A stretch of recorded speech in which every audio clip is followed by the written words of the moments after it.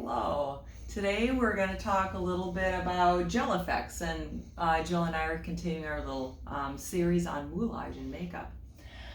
Gelefects is a very cool substance that you can make wounds and just raise skin lesions with. And just to show a little bit of an example of what the outcome is, this right down here is what gelefects looks like after it's been melted, and we'll talk about that a little bit, and it dries, and then all you have to do as you're putting some makeup on somebody is take off the little application, skin application, and put it on skin. Now when you're preparing the skin, it really does need to be clean, no lotion or anything like that on it, so maybe clean off some alcohol too so no oils are on it.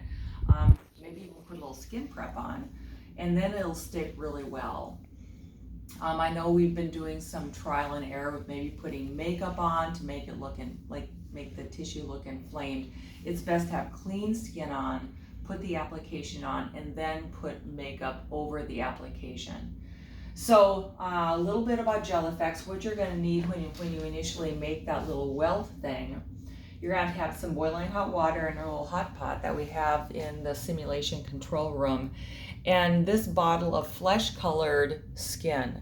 Now this is what gelefects looks like. You can get it in a number of different formats. You can get sheets of it. I've gotten sheets of it. There are different skin tones. We have darker skin tone, more very light skin tone, and I think this is a relatively medium skin tone. So we can get different kind of skin tones. You can get blood colored gelefects, so it can make dripping looking blood. So there's lots of different formats you can get this stuff. There's also clear to make it look like a smallpox blister or something like that, and that stuff's very cool as well. So I've let this boil for a little while, and Jill and I were talking about, well, how do you know when it's done? I'm going to close the little lid here. You want to melt it enough to make it so it's not too runny. If it's too runny, it's going to spread all over your paper. You have to make it, the little air bubbles now up there, you just have to make it so, man, it's trial and error, but it looks like it's been melted enough that it's going to produce a decent little wheel or raised area on my laminated paper there. Once it starts cooling off, I'm just going to put it back in the water here and liquefy it again a little bit. So let's see if it's still okay. So what I'm going to do is make a little wheel. It still looks okay. So if Jill can make the camera, this is starting to get a little bit stiff, but it's coming out of the top okay. And it just kind of blops down. I am going to melt it a little bit more. Looks like a snot now. It makes really good boogers. I'm glad I said that.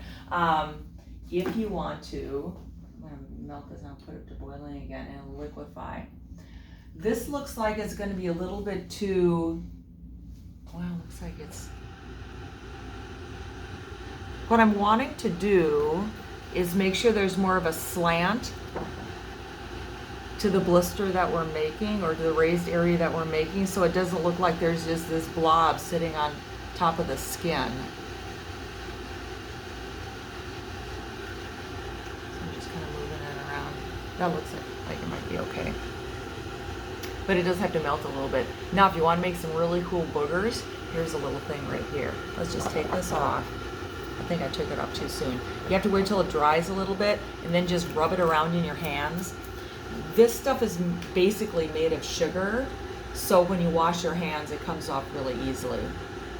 So we're going to let that dry for a little bit until this melts a whole bunch more, and we will be right back.